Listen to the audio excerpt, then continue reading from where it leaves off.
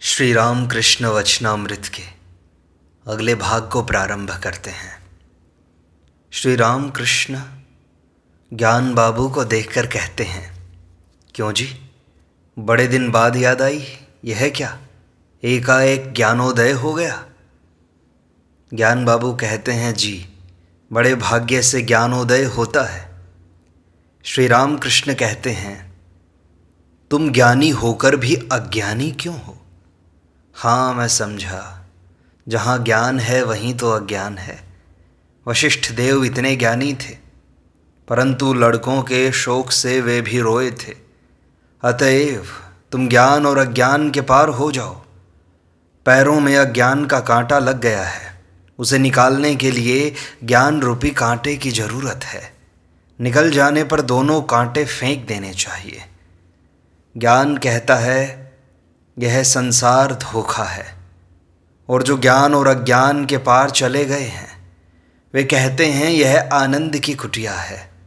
वह देखता है ईश्वर ही जीव जगत और 24 तत्व हुए हैं। उन्हें पा लेने पर फिर संसार में रहा जा सकता है, तब आदमी निर्लिप्त हो सकता है।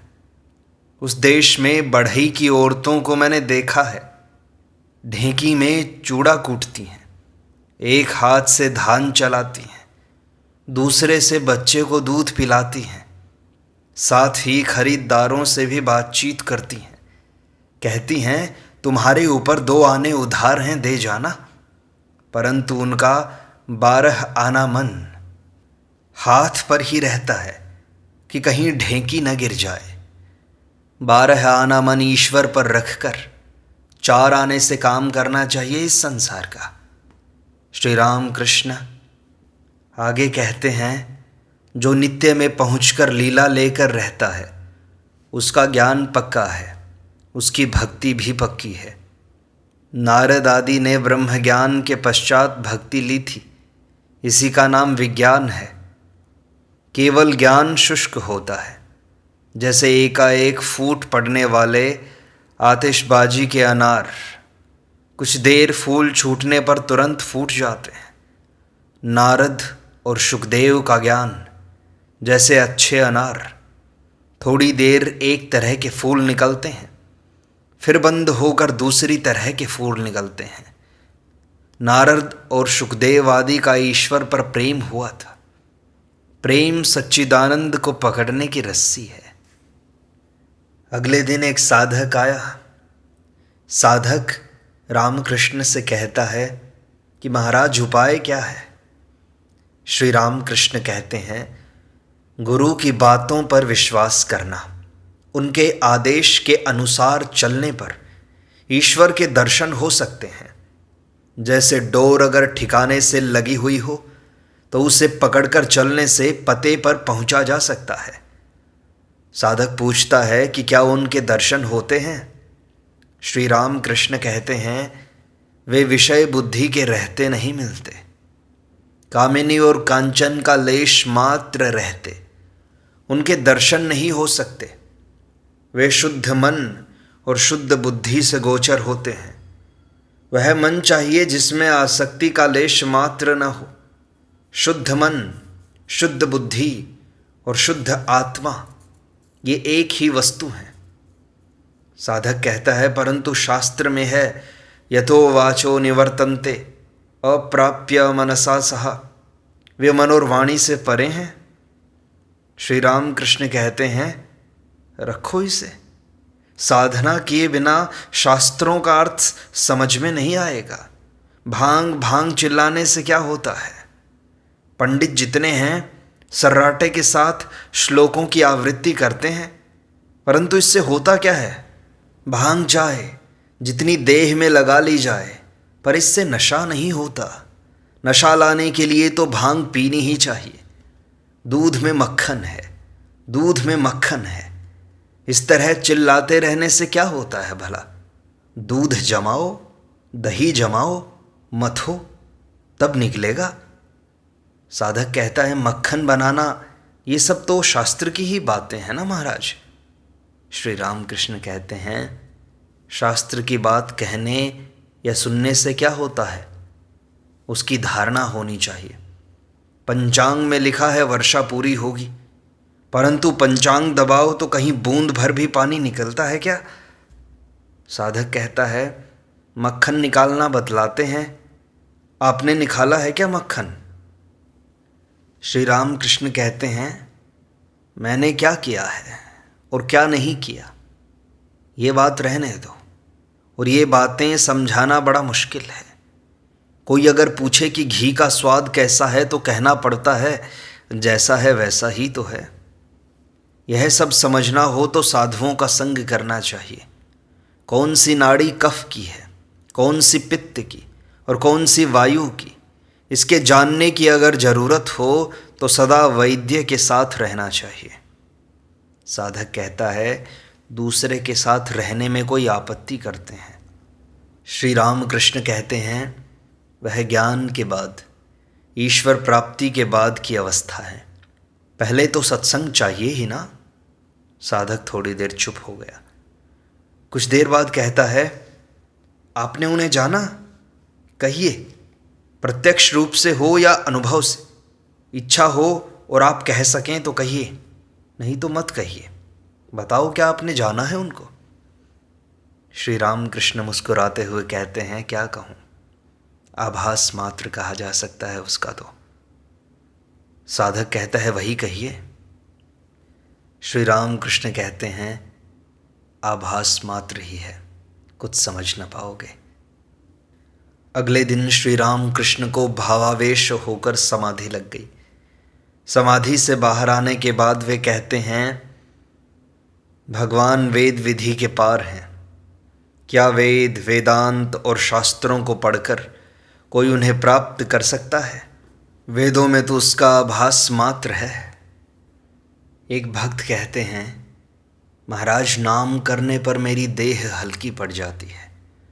श्री राम कृष्ण कहते हैं वे पाप का हरण करते हैं, इसलिए उन्हें हरि कहते हैं। और चैतन्य देव ने इस नाम का प्रचार किया था, अतएव अच्छा है। देखो चैतन्य देव कितने बड़े पंडित थे और वे अवतार थे, उन्होंने इस नाम का प्रचार किया था, अतएव यह बहुत ही अच्छा है। कुछ किसान एक न्योते में गए थे। भोजन करते समय उनसे पूछा गया तुम लोग आमड़े की खटाई खाओगे? उन्होंने कहा बाबुओं ने अगर उसे खाया हो तो हमें भी देना। मतलब यह है कि उन्होंने खाया होगा तो वह चीज़ अच्छी ही होगी।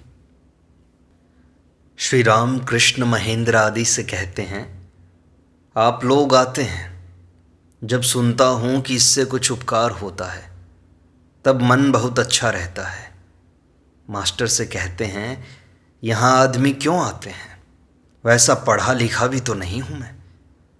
मास्टर कहते हैं जी कृष्ण जब स्वयं सब चरवाहे और गौएं बन गए ब्रह्मा के हर लेने पर, तब चरवाहों की माताएं नए बच्चों को पाकर फिर यशोदा के पास नहीं गईं। श्री राम कृष्ण कहते हैं तो इससे क्या हुआ? मास्टर कहते हैं कि ईश्वर स्वयं ही चरवाहे बने थे कि नहीं, इसलिए उनमें इतना आकर्षण था। ईश्वर की सत्ता रहने से ही मन खिंच जाता है। श्री राम कृष्ण कहते हैं यह योग माया का आकर्षण है, वह जादू डाल देती है। जटिला के डर से बछड़े को उठाए हुए सुबल का रूप धरकर राधिका जा रही थी। जब उन्होंने योग माया की शरण ली तब जटिला ने भी उन्हें खूब आशीर्वाद दिया। हरि की सब लीलाएं योग माया की सहायता से ही हुई थीं। गोपियों का प्यार क्या है, पर किया रति है। कृष्ण के लिए गोपियों को प्रेमोन्माद हुआ था, अपने स्वामी के लिए इतना नहीं होता। अगर कोई कहे कि अरे तेरा स्वामी आया है तो कहती हैं आया है तो आए, खुद भोजन कर लेगा। परंतु अगर दूसरे पुरुष की बात सुनती है कि बड़ा रसिक है, बड़ा सुंदर है और रस पंडित है, तो दौड़कर देखने के लिए जाती हैं और ओठ से झांक कर देखती हैं। अगर कहो कि उन्हें तो हमने देखा ही नहीं, फिर गोपियों की तरह उन पर चित्त कैसे रमे? तो इसके लिए यह कहना होगा कि सुनने पर भी वह आकर्षण होता है। एक गाने में कहा है बिना जाने ही उनका नाम मात्र सुनकर मन उनमें आकर लिप्त हो गया। एक भक्त कहते हैं, अच्छा जी, वस्त्र हरण का क्या अर्थ है? श्री राम कृष्ण कहते हैं, 8 पाश हैं। गोपियों के सब पाश छिन्न हो गए थे, केवल लज्जा बाकी थी, इसलिए उन्होंने उस पाश का भी मोचन कर दिया। ईश्वर प्राप्ति होने पर सब पाश चले जाते हैं। ईश्वर पर सबका मन नहीं लगता। आधारों की विशेषता होती है, संस्कार के रहने से होता है। नहीं तो बाग बाजार में इतने आदमी थे, उनमें केवल तुम सभी यहाँ आए हो। ऐसा कैसे? ये संस्कार का ही तो खेल है। मलय पर्वत की हवा के लगने पर सब पेड़ चंदन के हो जाते हैं। सिर्फ पीपल, बट, सेमर ऐसे ही कुछ पेड़ चंदन नहीं बनते। तुम लोगों को रुपए पैसे का कुछ अभाव थोड़े ही है। योग भ्रष्ट होने पर भाग्यवानों के यहाँ जन्म होता है, इसके पश्चात फिर वह ईश्वर के लिए तपस्या करता है। महेंद्र कहते हैं, मनुष्य क्यों योग भ्रष्ट होता है? श्री राम कृष्ण कहते हैं, पूर्व जन्म में ईश्वर की चिंता करते हुए एकाएक भोग करने की लालसा हुई होगी। इस तरह होने पर योग भ्रष्ट हो जाता है और दूसरे जन्म में फिर उसी के अनुसार जन्म होता है। महेंद्र कहते हैं, इसके बाद उपाय क्या है? श्री राम कृष्ण कहते हैं, कामना के रहते, भोग की लालसा के रहते मुक्ति नहीं होती। इसलिए खाना, पहनना, रमण करना सब कर लेना। तुम क्या कहते हो? स्वकीया के साथ या परकीया के साथ? भगवान के साथ रमो केवल। श्री राम कृष्ण कहते हैं, भोग लालसा का रहना अच्छा नहीं, इसीलिए मेरे मन में जो कुछ उठता था मैं कर डालता था। बड़ा बाजार के रंगे संदेश खाने की इच्छा हुई, इन लोगों ने मंगा दिया, मैंने खूब खाया, फिर बीमार पड़ गया। लड़कपन में गंगा नहाते समय एक लड़के की कमर में सोने की करधनी देखी थी। इस अवस्था के बाद उस करधनी के पहनने की इच्छा हुई, परंतु अधिक देर रख सकता ही न था। करधनी पहनी तो भीतर से सरका कर हवा ऊपर की ओर चढ़ने लगी। देह में सोना छू गया ना। जरा देर रखकर उसे खोल डाला, मुझे पसंद नहीं आई। मेरा दम घुटने लगा, नहीं तो उसे तोड़ डालना पड़ता। मैंने निकाल दिया उसे। शंभू के चंडी गीत सुनने की इच्छा हुई थी। उसके सुन लेने के बाद फिर राजनारायण के चंडी गीतों को सुनने की इच्छा हुई। उसके गीतों को भी मैंने सुना। उस समय बहुत से साधु आते थे। इच्छा हुई कि उनकी सेवा के लिए एक अलग भंडार किया जाए। सेजो बाबू ने वैसा ही किया। उसी भंडार से साधुओं को सीधा लकड़ी आदि सब दिया जाता था। एक बार जी में आया कि खूब अच्छा जरी का साज पहनूं और चांदी की गुड़गुड़ी में तंबाकू पीऊं। सेजो बाबू ने नया साज, गुड़गुड़ी आदि सब भेज दिया। साज पहना, गुड़गुड़ी कितनी ही तरह से पीने लगा। एक बार इस ओर से, एक बार उस ओर से, खड़ा होकर, बैठकर। तब मैंने कहा कि हे मन, देख ले, इसी का नाम है चांदी की गुड़गुड़ी में तंबाकू पीना। बस इतने ही से गुड़गुड़ी का त्याग हो गया। साज थोड़ी देर में खोल डाला, पैरों से उसे रौंदने लगा। कहा, इसी का नाम है साज। इसी पोशाक के कारण रजोगुण बढ़ता है। बलराम के साथ राखाल वृंदावन में है। पहले पहल वे वृंदावन की बड़ी तारीफ करके चिट्ठी लिखते थे। मास्टर को चिट्ठी लिखी थी, यह बड़ी अच्छी जगह है, मोर नाचते रहते हैं और नृत्य गीत सदा ही आनंद होता है। इसके पश्चात उन्हें बुखार आया, वृंदावन का बुखार। श्री राम कृष्ण को बड़ी चिंता रहती है। उनके लिए चंडी के नाम पर उन्होंने मन्नत की है। श्री राम कृष्ण राखाल की बातें कर रहे हैं। वे कहते हैं, यहाँ बैठकर पैर दबाते समय राखाल को पहले पहल भाव हुआ था। एक भागवती पंडित इस कमरे में बैठा हुआ भागवत की बातें कर रहा था। उन्हीं बातों को सुन सुनकर राखाल सिहर सिहर उठता था। इसके बाद वह बिल्कुल स्थिर हो गया था। एक भक्त श्री राम कृष्ण से कहते हैं, जी हमारे पैरों में तो बेड़ियां बड़ी हुई हैं, उनके कारण हमसे इस मार्ग पर आगे बढ़ा ही नहीं जाता। श्री राम कृष्ण कहते हैं पैरों के बंधन से क्या होता है, बात असल तो मन की है। मन के द्वारा ही आदमी बंधा हुआ है और उसी के द्वारा छूटता भी है। दो मित्र थे, एक वेश्या के घर गया, दूसरा भागवत सुन रहा था। पहला सोच रहा था मुझे धिक्कार है, मेरा मित्र भागवत सुन रहा है और मैं वेश्या के यहाँ पड़ा हुआ हूँ। उधर दूसरा सोच रहा था मैं बड़ा बेवकूफ़ हूँ, मेरा मित्र तो आनंद कर रहा है और मैं यहाँ आकर फंस गया। पर देखो, वेश्या के यहाँ जाने वाले को तो विष्णुदूत आकर वैकुंठ में ले गए और दूसरे को यमदूतों ने नरक में घसीट कर डाल दिया। भक्त कहते हैं मन मेरे बस में है तो नहीं महाराज। श्री राम कृष्ण कहते हैं यह क्या, अभ्यास योग। अभ्यास करो, फिर देखोगे मन को जिस ओर ले जाओगे उसी ओर जाएगा। मन तो धोबी के यहाँ का कपड़ा है, वहाँ से लाकर उसे लाल रंग से रंगो तो लाल हो जाएगा, आसमानी से रंगो तो आसमानी। जिस रंग से रंगोगे वही रंग उस पर चढ़ जाएगा। वे कहते हैं कि आपको कुछ पूछना तो नहीं है। गोस्वामी बड़े ही विनम्र भाव से कहते हैं जी नहीं, आपके दर्शन हो गए, सब बातें तो सुनता ही था। श्री राम कृष्ण कहते हैं देवताओं के दर्शन करो। श्री राम कृष्ण अगले दिन सत्संग करते हैं। वे कहते हैं कि केवल शास्त्र पढ़ने से क्या होगा, शास्त्रों में बालू और चीनी का सा मेल है, उससे चीनी का अंश निकालना बड़ा मुश्किल है। इसीलिए शास्त्रों का मर्म गुरु के श्रीमुख से, साधु के श्रीमुख से सुन लेना चाहिए, तब फिर ग्रंथों की क्या आवश्यकता है। चिट्ठी में खबर आई है 5 सेर संदेश भेजिएगा और 1 धारीधार धोती। चिट्ठी खो गई, तब तुरंत चारों ओर ढूंढ तलाश होने लगी। बहुत कुछ खोजने के बाद कहीं चिट्ठी मिली। पढ़कर देखा, लिखा है 5 सेर संदेश भेजिएगा और 1 धारीधार धोती। तब फिर उसने चिट्ठी फेंक दी। अब उसकी ज़रूरत क्या है, अब तो संदेश और धोती संग्रह करने का ही काम है। भली भांति खोज लेकर तब डूबो। तालाब में अमुक स्थान पर लोटा गिर गया है, जगह की ठीक जांच करके ही डुबकी लगानी चाहिए। शास्त्रों का मर्म गुरु के श्रीमुख से सुनकर तब साधना की जाती है। यह साधना ठीक ठीक करने पर तब कहीं प्रत्यक्ष दर्शन होते हैं। डुबकी लगाओगे तब ठीक ठीक साधना होगी। बैठे बैठे शास्त्रों की बात पर केवल विचार करते रहने से क्या होगा। साधक को डुबकी लगानी चाहिए।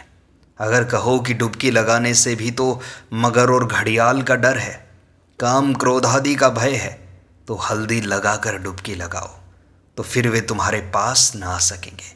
विवेक और वैराग्य तुम्हारी हल्दी हैं। उन्होंने मुझसे, अर्थात भगवान ने मुझसे अनेक प्रकार की साधनाएं कराई। पहली पुराण मत की थी, फिर तंत्र मत की थी, इसके बाद वाली वेद मत की थी।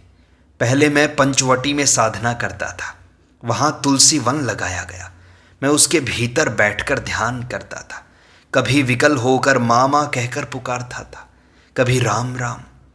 जब राम राम कहता था तब हनुमान के भाव में आकर एक पूंछ लगाकर बैठा रहता था। उन्माद की अवस्था थी ना, उस समय पूजा करते हुए मैं पीतांबर पहनता था तो बड़ा आनंद आता था, वह पूजा का ही आनंद था। तंत्र मत की साधना बेल के नीचे की थी, तब तुलसी का पेड़ और सहजन की फली ये एक जैसे जान पड़ते थे। उस अवस्था में शिवानी की झूठन तमाम रात पड़ी रहती थी। सांप खाता था या कौन खाता था इसका ख्याल न था, वही झूठन मैं खाता था। कभी कभी मैं कुत्ते पर चढ़कर उसे पूड़ियाँ खिलाता और उसकी झूठी पूड़ियाँ मैं खुद खाता था। सर्वम विष्णुमयम जगत, ऐसी उन्माद की अवस्था थी मेरी। अविद्या का नाश बिना किए न होगा, इसलिए मैं बाघ बन जाता था और अविद्या को खा जाता था। वेद मत से साधना करते समय संन्यास लिया। उस समय चांदनी में पड़ा रहता था। हृदय से कहता था मैंने संन्यास लिया है, मेरे लिए चांदनी में खाने को दे जाया करो। वे कहते हैं धरना दिया था। पड़ा हुआ मैं माँ से कहता था मैं मूर्ख हूँ, तुम मुझे बतला दो, वेदों पुराणों तंत्रों और शास्त्रों में क्या है ये बता दो बस। माँ ने कहा, वेदांत का सार है ब्रह्म, उसी को सत्य और संसार को मिथ्या माना है। जिस सच्चिदानंद ब्रह्म की बात वेदों में है, उन्हें तंत्रों में सच्चिदानंदः शिवः कहते हैं और पुराणों में उन्हें ही सच्चिदानंदः कृष्ण कहते हैं। 10 बार गीता का उच्चारण करने पर जो कुछ होता है वही गीता का सार है, अर्थात त्यागी त्यागी। उन्हें जब कोई प्राप्त कर लेता है तब वेद वेदांत पुराण तंत्र सब इतने नीचे पड़े रहते हैं कि कुछ कहना ही नहीं। ओम का भी उच्चारण नहीं किया जा सकता। समाधि से जब मैं बहुत नीचे उतर आता हूँ तब कहीं आकर ओम का उच्चारण कर सकता हूँ। प्रत्यक्ष दर्शन के पश्चात जो जो अवस्थाएं शास्त्रों में लिखी हैं वे सब मुझे हुई थी, बालवत, उन्मत्तवत, पिशाचवत, जड़वत। और शास्त्रों में जैसा लिखा था वैसा दर्शन भी होता था। कभी देखता था तमाम संसार जलता हुआ अंगार है, कभी देखता था चारों ओर पारे जैसा सरोवर झिलमिल झिलमिल कर रहा है, और कभी गली हुई चांदी की तरह देखता था। इससे शास्त्रों की बातें मिल जाती हैं। फिर दिखलाया वे ही जीव हैं, वे ही जगत हैं और 24 तत्व वे ही बने हुए हैं। छत पर चढ़कर फिर सीढ़ियों से उतरना, अनुलोम और विलोम। ऐसे करते करते माँ ने मुझसे बहुत साधनाएं करवाई और धीरे धीरे मैं स्थिर हो गया उन्हीं के भाव में। इस प्रकार श्री राम कृष्ण वचनामृत का यह भाग यहीं संपूर्णता को प्राप्त होता है। शेष अगले अंक में।